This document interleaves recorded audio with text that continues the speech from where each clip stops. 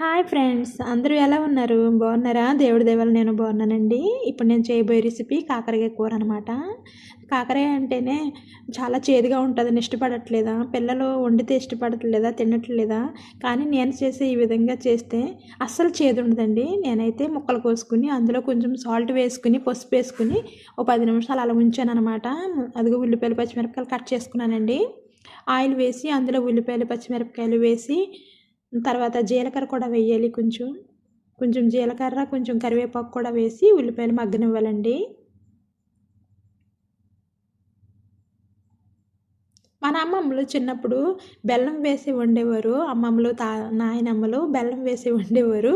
అలా కాకుండా ఇదిగో చూసారా, నేనైతే అల్లం వెల్లుల్లి పేస్ట్ వేసానండి. ప్రతి కూరలో అల్లం వెల్లుల్లి పేస్ట్ యాడ్ చేసుకోండి. ఎందుకంటే వెల్లుల్లిపాయ తింటే చాలా మంచిది, చాలా రోగాలు నివారిస్తుందండి. అల్లం చాలా చాలా మంచిది, చాలా రోగ నిరోధక శక్తి అనమాట. అదిగో నేనైతే శుభ్రంగా 2-3 సార్లు కడుక్కున్నాను. ఉప్పు పసుపు వేసుకుని ముందుగా ఉంచుకున్నాను కదా కాకరకాయ ముక్కలు, ఇప్పుడు శుభ్రంగా కడుక్కున్నాను అనమాట.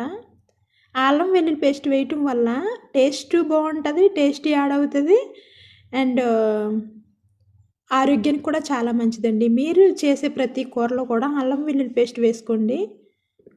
అదే నేను ఒక టమాటో, పెద్ద టమాటో చిన్న ముక్కలు కట్ చేసుకుని వేసుకున్నాను అనమాట.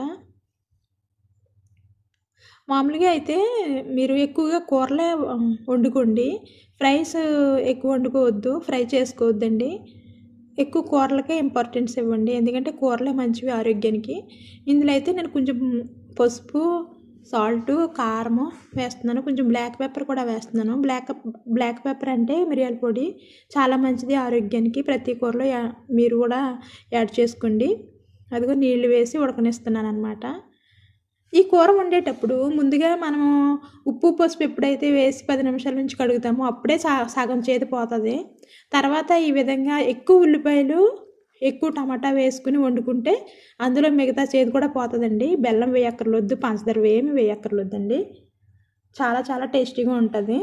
మనీ ఫుడ్ సబ్స్క్రైబ్ చేసుకోండి, షేర్ చేయండి అండ్ కామెంట్ చేయండి. Thanks for watching. Bye bye.